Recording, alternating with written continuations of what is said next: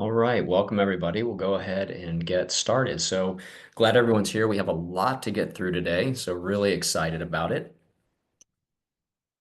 So my name is Andrew Graff. I lead product here at Team Dynamics. And I also have with me Bill Kleyman, who is an expert in things AI and data. Bill, say hello to everybody. Hey, everybody. Oh my God, that picture looks like from my high school photo. We Op- actually took it from your high school yearbook. Oh my gosh, you gotta Yes. put. We'll have AI put glasses on there. ChatGPT couldn't find it, Claude did. That's how we got it. So we are ready to roll, and we'll be talking about modernizing service management, which I think is a really, really exciting topic today because of all of the technology that is flooding in that's enabling all of the visions we've had for the past decade. So Bill and I are going to walk through some content. We'll have lots of questions for you, and please feel free to add things to the chat, which is a capability here in Zoom, and we will try to address what we can. So just a quick background about Team Dynamics. If you don't know who we are a service management, work management platform that integrates tools to manage things like service requests for IT and other areas of the business, project work, self-service, and a layer of AI and automation, which are kind of key to making all of this vision come together. And we'll talk about that a lot. So first poll. So we're going to head right out of the gates with a question, keep everyone on their toes. So from a maturity perspective, when you think about service management and you look at this slide, where do you rate yourself? And you don't have to think too hard about it, read the bullet points and just answer. We're just trying to get a bearing on where everyone is in the audience so that we can adjust content accordingly. So it's just always fascinating to understand. So let's see, lots of participation. Bill, I people are wide awake right now. I love this. Everybody is wide awake. This is what happens when you hit that nice little post lunch. At least it is here in Chicago At time and least for now, lunchtime. we have like 10 minutes. We got people got food in At their least we got tummy. to capture them, the attention. I'm It's gonna like dude, it's like virtual jumping jacks. exactly. That's exactly what we're doing. So looks like the largest cohort here is foundational. So that's excellent. And we have some people who are more advanced. So I think we're going to have some ideas and concepts for all of you. And the ideas and concepts we're talking about today are tool agnostic. Yes, we're a service management software company, work management, AI, and automation company, but where the ideas and concepts should apply to tools that you already have or are thinking about. So let me go ahead and move on into our first topic. So when we think about service management, right? IT is certainly a key component to it. I'm guessing most of us on the call are IT service management practitioners. But one of the ways we're seeing service management evolve the most quickly is moving beyond IT into enterprise service management. So lots of organizations or lots of areas within a business are service organizations. So you think about HR, right? Largely a service organization. Facilities, largely a service organization, or preventative maintenance organization. Legal, largely a service organization, reviewing contracts, agreements, etc. Same with procurement, marketing, all are providing service. And I think that what we see is there's efficiencies to be gained across all these different work streams, and more there's collaboration between them. So when you think about enterprise service management, think about the tools used to take a request, whatever that request looks like for the department, and either process it using AI and automation or through a workflow with a human or a combination. And having tools to help facilitate that's really, really important. So we have a couple more questions here about enterprise service management or some comments about it. So here are some examples of how enterprise service management manifests itself outside of IT. So onboarding, offboarding, largely an HR function with a lot of IT. You know, being able to report facilities issues, including things that break or spills, accidents, contract reviews, budget approvals for marketing expenditures, event services. The list goes on and on. So if you're thinking about your organization, how many different departments are using a service management platform to manage non-IT work. So how many, HR teams, marketing, etc. And again, don't overthink it. Rough numbers are good. We're just trying to triangulate at a high level where everyone is on this continuum. Okay. Really All right. curious to get people's thoughts on this. I know. I know. Me too. Okay. So only 13% is not at all. It looks like the winning group, Bill, is 1 to 2 groups. So, Bill, in your explorations around the world of technology, how have you seen enterprise service management spread, right? What are the trends you're seeing? You work with customers day in, day out who are managing and supporting lots of the kinds of work that people who are with us do on a day in, day out basis. ESM, just basically this architecture of managing services with organization. Think of it like a Venn diagram that's been very slowly overlapping in itself. It'll never be a complete circle because that's not the goal of it, right? It's not the whole one ring will rule them all, right? It's more of you need a few of them to, my gosh, it's too much Lord of the Rings references here. You see where I'm going with this. It's the idea of properly overlapping pieces of the business where there's really good functional states that these pieces of technology can impact. And the cool thing about it, why we're seeing outside groups outside of IT start to incorporate this, is that business functions impacts IT and vice versa. So those moments of overlap, whether it's QA, whether it's accident onboarding, offboarding. Look, you had HVAC issues in there, Andrew, Yeah. heating and cooling. And while we might think that I'm not getting my fresh air, some of these enterprises are now deploying. Drum roll. I'm sure you hate this acronym at this point. Not just AI, but GPUs. These really expensive piece of physical hardware. Now, if you lose an old school server like back in the day, well, I mean, it's $1,000, $2,000. If you lose a single H100 card, that's a really expensive Toyota Corolla. So all of a sudden, things like HVAC issues as a part of overall enterprise service management becomes much more important. That's why we're seeing more of those groups overlap and use more of these functions.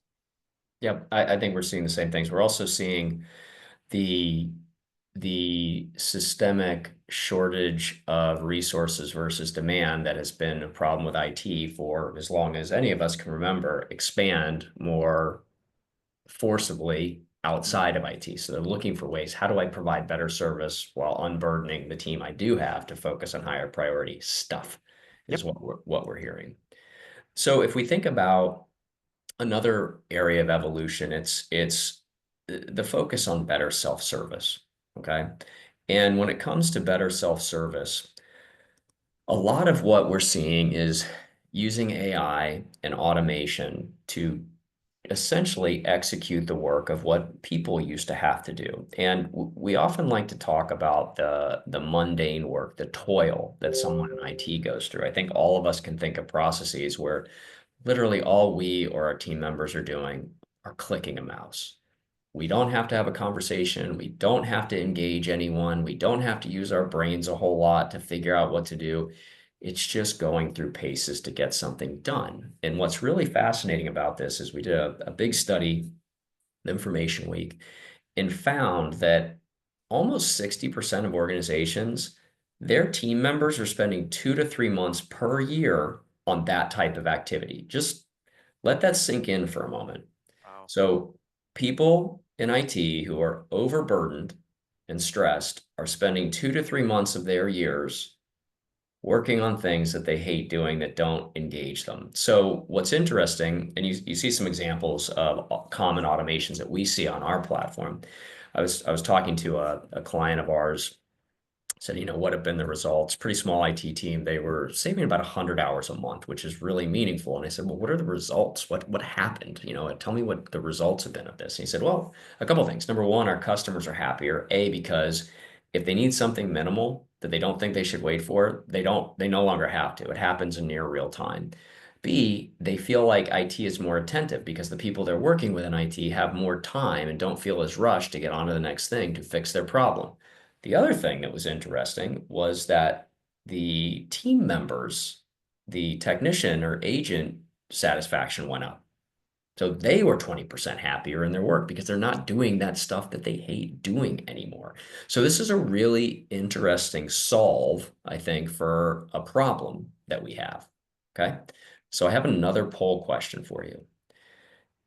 If you had the ever in short supply magic wand, what would you automate? What is that most painful thing that drives everyone crazy, both from your customer's perspective internally or from a security perspective? What is it? I am going to be fascinated to see what this is going to be. Bill, if you had to guess and bet on this, what would you bet? You know, I when I graduated college with a network engineering degree, I started off in the trenches and goodness gracious, was it onboarding, offboarding. I honestly, it's Active Directory. It really revolves around Active Directory. I have a feeling that might be like a top one, followed Mhm. closely by password resets because my goodness, that's always fun. Honestly, automating the toil, I love this concept that we talked about. It also enhances the user experience when you give the user power to do things like a password reset or something simple where they don't have they become happier users of technology, right? And then also they become champions of these kinds of these systems. Yes. But curious to hear what people say. I know, me too. So What? let me share this. So, big Mhm. winner, onboarding and offboarding. And I would say from our experience across our customer base, that is also the most common. I will say that I think Active Directory updates is often, I feel like a lot of people have the password reset solved. Active Directory updates, so permission changes, name changes, those types of things are also really, really common as well. And we have 4% of people say that everything's automated, which is incredible because, I'd say a year ago that was 1%. So we have people really embracing this, which I think is really, really cool. We also have another poll. So they just keep coming. Bill, today it's just about asking lots of questions of the audience. And this is talking about the quality of your self-service. How effective is it? What percentage of your requests are resolved via self-service? And I think one of the things that I find with self-service in some organizations is that they put too much emphasis on trying to solve everything with self-service. And self-service isn't the answer for everything from Mhm. what we've seen, right? There are certainly opportunities for self-service, like I need to change my address. I need to change my name. Hey, I have a new team member starting. Can we get that set up? Great ideas. But something like, for example, I might say, well, how could I optimize my benefits package? My spouse has benefits. I do too. Which is better? That is not something that you want to rely on automation and AI to do. That is what a person needs to do today anyway, right? And I think we're a ways off from that being something AI could handle. So you, No, and we're it's not quite there yet, but by goodness, if this is not in 6 months, something you and I are gonna be having a discussion about. Oh my, I'm gonna put a pin in that one, Andrew. I'm gonna put the benefits comparison GPT. Let's get back to that. yeah, let's mark that for 6 months out There you and go. see if that's something that's effective. So Mhm. really interesting. 1 to 10% is the largest cohort here. So I think what's great here, and we'll get up into this a little bit, is the quality of self-service technologies has increased dramatically in the last 24 months. So if you've had bad experiences with self-service technologies, they're probably worth a relook. And you see a couple folks with 30% plus, which I think is actually what we're seeing a lot of in that range, which I think is really exciting. So when we think about, oh, here we go. Mhm. When we think about it, I'm gonna hold that thought and we're gonna ask a few more questions and we'll bring it all back around. So next question is, are you using chat or conversational AI today? Right? Is that something that you do? Oh my gosh. I almost feel like I want people to noodle on this one for a second. We're not necessarily talking like ChatGPT level, right? We're But talking about conversational AI. Like, can your customers get their internal or external questions answered using a conversational AI tool? and is that something that, you're using today? I Again, it's going to be one of those questions that you and I are going to come back to, and it's going to probably become a staple of Hmm. many of these types of ESM tools, especially if we go back to what we talked about earlier. More outside of IT business functions are connected and tied together. Hmm. Tools like this are going to become even more critical. We have a great comment from John. John says, other IT people in my org hate chatbots. I have heard that so many times, and I think there's good reason for it, to be honest with you. The history of chatbots is very, very jaded. We'll talk about that.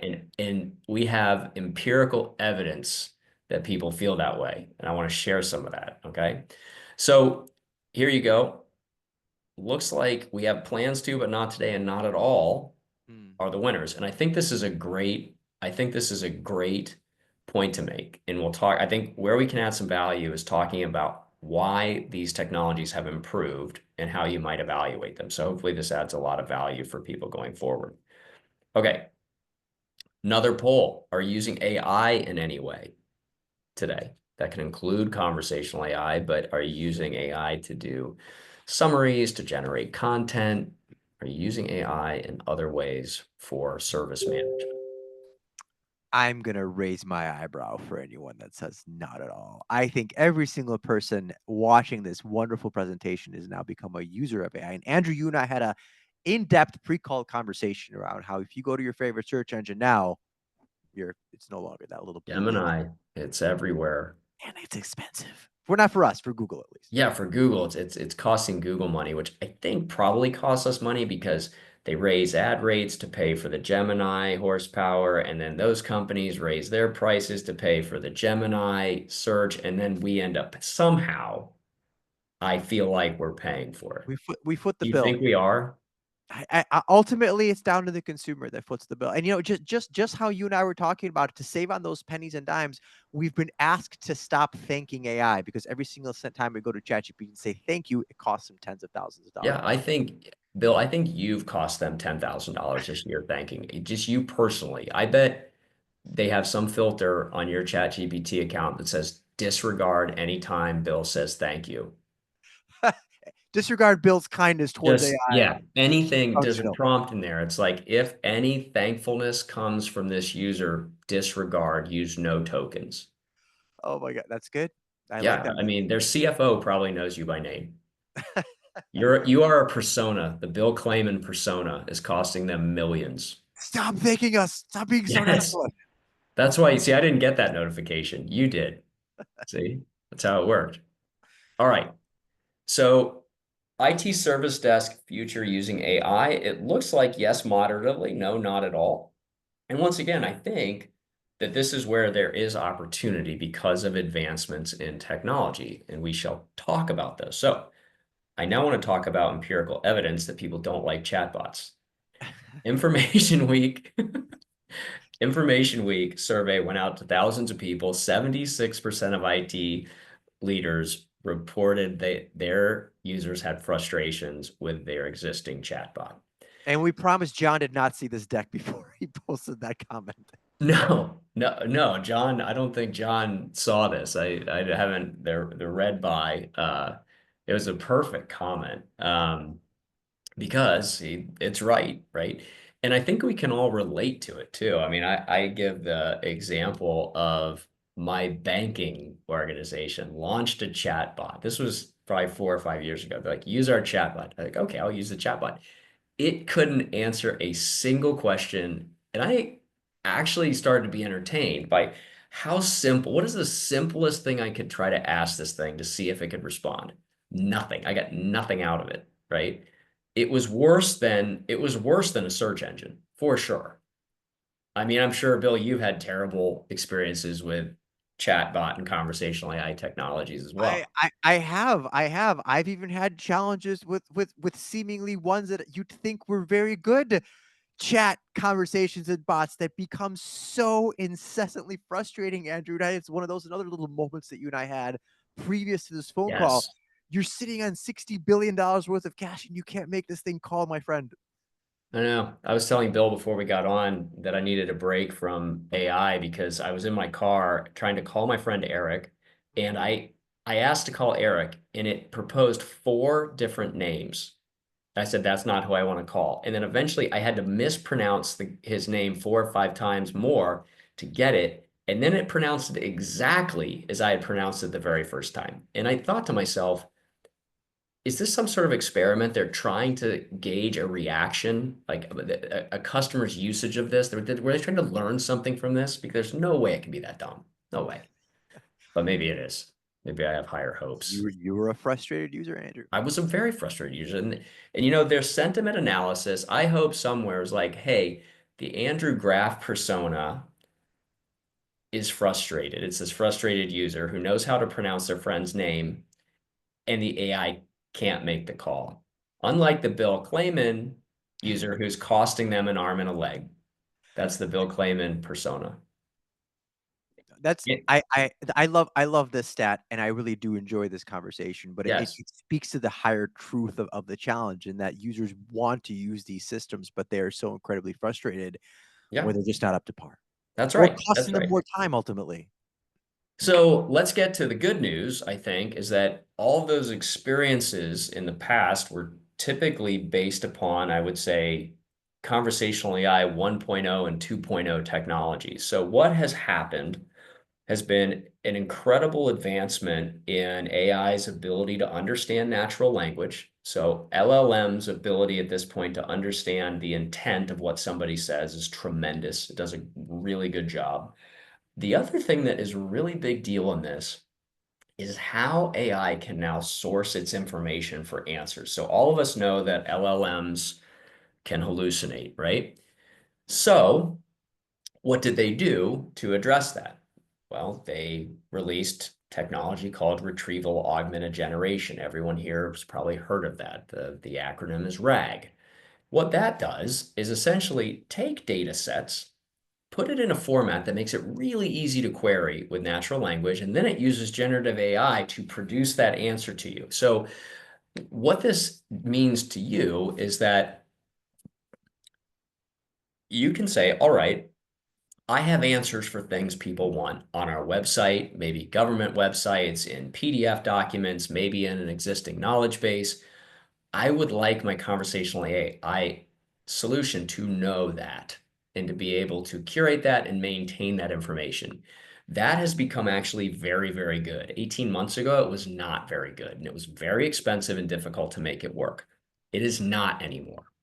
The other thing that's really important about this is, in our case, one of the things that differentiates us, and we've had to spend a lot of time on, is actually being able to let users see protected content. So if I'm Andrew and I have certain permissions to see information, Bill clearly would have far greater permissions to see information than Andrew. It knows that and doesn't allow Andrew to see information that only Bill should see and Andrew shouldn't. So it's becoming a lot easier from an information perspective to make your chatbot not idiotic. Or maybe I should say it the other way. Make it more seem more intelligent. Maybe that, Bill, that's a positive way to say it. Instead of a chat bot, an agent, a true assistant, right? Not Yes. I love where you're going with this, and this is the new way to chat, right? For the first time Hmm. in our our time and how we've worked with data. Now we talked about this, Andrew, right? We've been conditioned to interact with a blue link, right? We ask a question and we get a blue link, whether it's Google or Yes. whatever your favorite search engine is. And God forbid that you end up on page 2 of Google, then you're completely lost. If you didn't find your Mm. answer on the first page, you're gone. And Yes. in this situation, for the first time, and just like Andrew said 24 months ago, this doesn't really exist.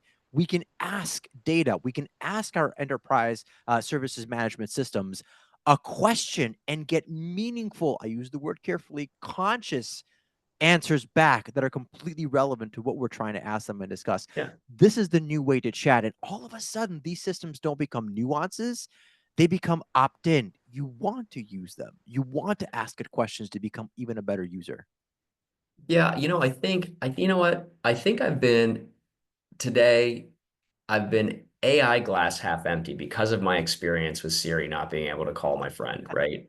But as I'm talking through it, I think I'm swinging back to AI glass half full, or maybe even three-quarters full, because as you're thinking about this, right, you're sitting out there listening, saying, "Oh, that makes sense. I can plug in my existing knowledge and it can reference it so it doesn't hallucinate. It uses real information about my organization," right?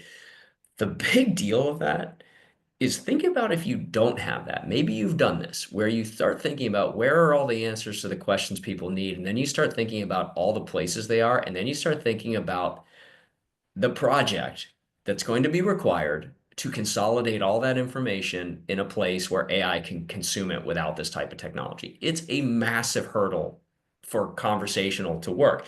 And to your point about agents, the waters have become muddy because Gartner's new acronym is VSA, a virtual support agent, which I should point out goes against the transition that we had from support to service. The last decade has been spent changing from it's not support, it's service. Mm. Well, VSA, I think, should be virtual service agent, but also you say agents, and now you're talking about agentic, which is completely different than the virtual service agent.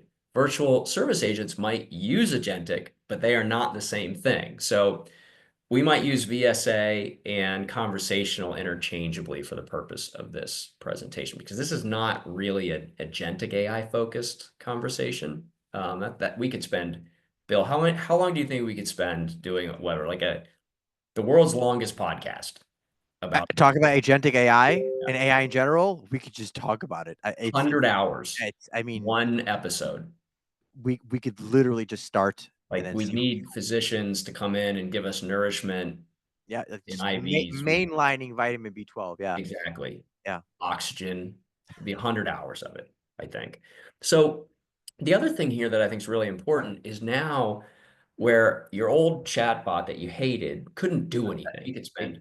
It Bill, could answer how long do you think we could spend? it could answer questions, but it couldn't do anything. That's changed because now automation and what we've worked really hard with our platform is to make it really easy to connect AI to actually the abilities to do things. So, hey, I need to change my name. It knows who I am because I'm authenticated, or it asks me to authenticate. And it says, oh, yeah, you have the ability to do that. We're going to change your name for you. No one needs to deal with that. This is game changing for the quality of conversational AI. So, if you have a checklist of things you want to think about, right, here are some things that we see in our market, right, where it's changing my name. I just gave that example. The equipment replacement, hey, can I get a new laptop? Hey, I need access to this piece of software. It checks to see if I should have access to it. If I don't have it, it deploys it or gives me a credential for it, etc. So all these things can be now included with the automation through your virtual service agent or conversational, right? So these things are possible, which I think is really important. Um, Now, we have Tiffany Lindhart, who we have not introduced yet because I think her greatness overshadows that of Bill and I, and Bill and I don't, it, I mean, this is probably a weakness of ours, Bill, that we don't introduce Tiffany first. I don't want to like. We're gonna be overshadowed. That's the Right. thing, right? I'm just Whenever there's fragile. somebody who can like show the awesomeness of this stuff, Yeah, I'm like fragile. it's And I'm that's it. I Tiffany's, gotta sit quietly. When it's the you engineer know, talking, I'm like, that's really cool. I know because everyone now is going to be like super impressed with Tiffany, and then we're going to jump back on and, they're going to Yeah, realize it, yeah. It's like, where's but we Tiffany? already know. Yeah. So Yeah, anyway. it's going to be a hard road for me to follow with the great entertainment that you have provided everybody here today, but I think I might be up to the task. I know you are. So welcome Tiffany Linhart. Tiffany's a colleague of mine, super smart. And what she's going to do is take some of these concepts that we've been talking about, that Bill and I have been opining on, and actually give you examples. So if you have existing tools or you're trying to select tools, you can use this as an idea factory for coming up with that list of things you want to see if you can accomplish, right? Either by acquiring a technology or using what you already have. We'll be using Team Dynamics as the example, but again, this could be applicable to, technologies that you have or could acquire. So Tiffany. Yeah, let's Stage hop is into yours. it. So, when we think about making sure that we can provide that assistance to folks, we've been talking about a couple different ways. And of course, we've been talking about some of the more restrictive elements that can happen with AI. One of the great things, of course, is that ability to automate some of the toil. And that can really come into play when you have integrations built into your chatbot or your chat functionality, allowing you to answer questions for people, but also to directly solve problems for them as well. Those integrations can also really power proactive communication through chat channels. And when you think about a product that provides chat, you do want to think about multiple channels, things like the web that we're going to be focusing on in our brief demonstration today, but also things like Slack and Teams. It's really about meeting people where they are in order to provide that service and support to help make their lives better and to help make the lives of the teams that are servicing and supporting them better as well.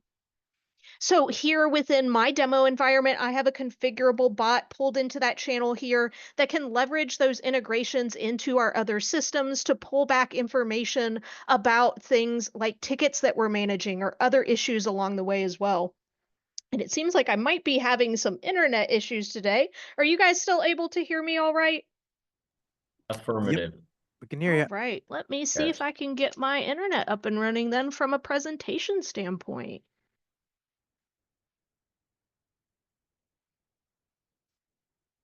Well, y'all put a lot of pressure on me to really do a great job here today, and it seems like that pressure might have been translated over to my computer. I seem to be suffering from a little bit of an issue, and I'm unable to get into my demo environment. All right, so we might need to pivot a little bit here. That's okay. We can do that. I think technology may have gotten the best of us. That's okay. It happens to all of us at times. I think that the key is thinking about your key use cases. When you think about all the capabilities, Bill, that are out there, it's hard sometimes to figure out where to start. And so if the best clients that we work with typically have identified the biggest pain points, the biggest challenges, frustrations, uh, you know, uh, drains of their resources, and articulated that really well, and then step back and say, okay, how can new technologies help us solve a problem that maybe we couldn't solve before? And they're taking that approach because what we find is that when a problem is widely regarded as incredibly painful. So everyone involved, the customer, the people who do the fulfillment, hate it. It draws down satisfaction all around. When those things are fixed Hmm. using AI automation, it develops momentum. People buy in. They say, wow, that's amazing how that worked. Okay, what other problems could we solve with that? So I really think that's important to gain momentum is to solve problems that people recognize every time they go through the process, right? And that when you solve it, they think, wow, that is a lot better. I mean, Bill, what do you see out Yeah, there? there's so much low-hanging fruit in many of these organizations, and so you talked about this earlier. One of the big aspects that we try and do and create when we work around AI and everything else, we refuse to build an elephant on a unicycle. Looks great, does nothing for your business, right? It's the true Sounds application. cool. It does sound cool, right? And that's it's like me Does thinking AI. It's probably going to cost us way I more would than watch a reel of that.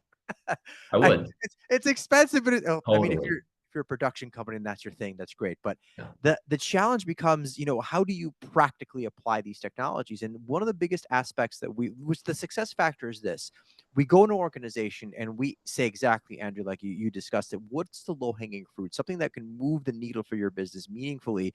And in my world of data centers and complexity and now AI and everything that goes into these facilities, I'll give you a specific example: assets. asset discovery, and how it relates to tracking governance and compliance. So those are two very core and important functions of ESM, and yet can be exceedingly complicated when you have multiple locations, multiple people touching this thing. And honestly, you lose sight of compliance and governance, especially when you don't know what you put in or if it was moved. And the fascinating thing in the data center AI software space, especially in the physical infrastructure space, being able to effectively manage this stuff through different teams, people moving components, and so on becomes just absolutely wild. So one of the things we do is like we go to a company and say, how are you managing your moves, your ads, your data center floor? And sometimes it's like on the pillar of what's the how we do this right now, and that is Excel. That's or something very rudimentary.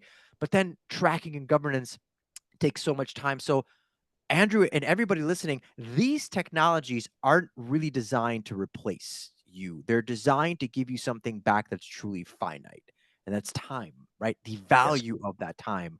And in the case of these distributed vast architectures, especially when it comes to so much stuff going into this in digital infrastructure, that's where it gets really interesting in terms of the application, the low-hanging fruit, like you said. Oh, you're on mute. I think you're on mute, Andrew.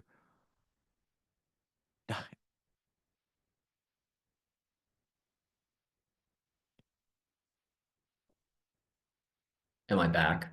You are back. That's so much better. I was The lonely because I I clicked on something accidentally and the Zoom console got absolutely buried. oh my gosh. I know. I didn't think I was ever going to make it back, Bill. I mean, it's really good to have you back. I was a little concerned. Thank you. I mean, I was frantic. I could see you, but I was like I was on the other side of soundproof glass. I just, you know, I'm thankful to be back. You take a deep breath. I could hear in your voice, Andrew. It's good to have you back. I know. I'd come rescue you anyway. And plus, we've got good team Thank members. you. They know where Thank your you. office I is. haven't been that fearful in a while. Um, so we're We back. won't let AI take you from us. I promise, Andrew. Thank you. I appreciate that. Never. I thought that AI had muted me because Never. it didn't find value in what I was saying. Siri's been messing with you. Now it's Zoom. Ah, Andrew, I know you do need a break. my persona has been tagged in the AI verse. They want to know more about how I react to it. So I think the net of this is synchronization. And if you think about, and the way we think about it is think about all of the different systems that your work has to touch for your customers, internal and external, to do what they need to do, right? To get value from your products, your offerings, or do their jobs. And think about all the human touch points there. And then think about how AI can take some of that burden off of those processes, even if it's part of the process. The acronym and buzzword generation gods have now decided that it's no longer human in the loop, it's human on the loop. It's new. VSAs, human on the loop. The terminology is evolving faster maybe than the technology. But the idea is that if you look at these things and say, okay, what portion of these work streams could AI do? What portions could automation do? What portions could AI collaborate with automation and do? And what should humans do? And if you lay out those processes and look at them in that way, then the second question we find to be helpful is, should AI or automation do these things? Can and should are very different things when it comes to these technologies. And so that may involve prototyping, that may involve just consciously saying, hey, we don't want AI and and automation to do. So my example that Bill has thrown down the gauntlet that within 6 months this will be possible, that if I say, hey, I have benefits, my wife has some benefits at her company, which is better, what should I do from a benefits perspective, right? That is probably for most organizations something that a human should have, because our AI doesn't have access to my wife's benefits program and exactly what she's signed up for in the offerings, right? Now, that could change, obviously. But there are certain things that you shouldn't do because it's not additive. It's not saving your people time, reducing security risk or risk in general, or making your customers happy, right? If it doesn't do those things, it's not useful typically, right? Elephant on a unicycle. Right. Like I said, which I think is awesome. But for the purposes of this conversation, I understand why you don't think it is. Um, I'm just imagining the engineering that would need to go into that unicycle. I inadvertently sent you down a very amusing I mean, rabbit just hole. think about it. You don't, we don't need to talk about it all. I just want everyone to think for a minute what a unicycle would look like that an elephant could ride. Just there you go. I'll leave that. That's my gift to everyone today to think Ask AI about to that. make that. AI is about to spend a whole lot of money making that image for me. That's right. See, they're going to be like, why is Bill using Dolly to create this stuff? He's costing us so much money. So, as we sort of round this out, if you think about the different tools in your quiver, for service management, this is a diagram you use for product, but we do believe that any service management tool that you have or work management tool should have a self-service component, right? It should have an AI component. And I think what's lacking the most in service management tools right now is true integration automation. We're not talking about being able to do one thing, reset a password or pull a user from Active Directory. We're talking about being able to take really dynamic action in these other tools, where I think most of the service management world has these very shallow integrations. What we're talking about is equivalent of having a Boomi or MuleSoft or Kado built with the service management platform so that these automations can be incredibly diverse in Mm-hmm. what you need to do to accomplish from a business perspective. So I just, plant those seeds. So before we end, I have two more webinars to talk about. The Florida Southwestern one's going to be really interesting, I think, for you. It's talking a lot about how to use automation to take that mundane toil off of the plates of your teams and really concrete examples. And so it's going to be really thorough, really dynamic speaker, Jason Dudley, Florida Southwestern. And then also really interesting enterprise service management case from Casino, Arizona. So they've really embraced enterprise service management and these technologies to do all sorts of things, clearly IT, but preparing and cleaning up for events, scheduling events, making sure rooms are prepared for VIP guests, things like that, all coordinated with service management. So I think what's really interesting about Casino, Arizona is it's talking about a lot of non-IT use cases, but it's really creative. And so I think that's good because it gets your mind churning. You might not have the direct use case, but it gives you some things to think about that might result in those great ideas as well. So with that, we have time for some questions. And I don't see any in the Q&A. We answered the one and we responded to the amazingly placed comment that other people in IT do not like chatbots. I responded, I don't like some chatbots too. I do. So Bill, as we're waiting on questions, which one of the questions might be, when will you two end this and put us out of our misery? I think at least for myself, it's been thoroughly entertaining. You left the folks here with some really good food for thought, and I want to leave it with some more. When it comes to AI and everything we've been discussing, think of it this way: we live in an era where we've just discovered oil, but haven't invented the internal combustion engine. Way too much raw material. We're all still figuring out what to do with it, and this is the era of courageous collaboration where we have to, show some bravery in trying these technologies out. But there are good partners, right? I don't work for Team Dynamics, but I love them as a partner and what they do. It's these kinds of conversations that ultimately bridge the gap between that fear, uncertainty, and doubt, and understanding what's possible, right? The realm of possibilities. The amazing structure and architecture of conversational AI and what we're going to build into these multi-system sort of conversational engines is going to be extraordinary. Again, being able to ask your system, what stuff have I added? Is it in compliance? Is this building in compliance? What do I need to change potentially to be, compliant or meet specific regulations? That's exciting. It's also sometimes scary because it puts you in a position of, do I have to give up this control? Is it my ally? Is it here to replace me? Which it's really not. But I think these systems are extraordinarily powerful, and what they can do for people is going to be life changing. I think in terms of how they work. Yeah, and I think the other thing, you make a really good point. We're all in this together, and the collaboration is critical. And so Yes.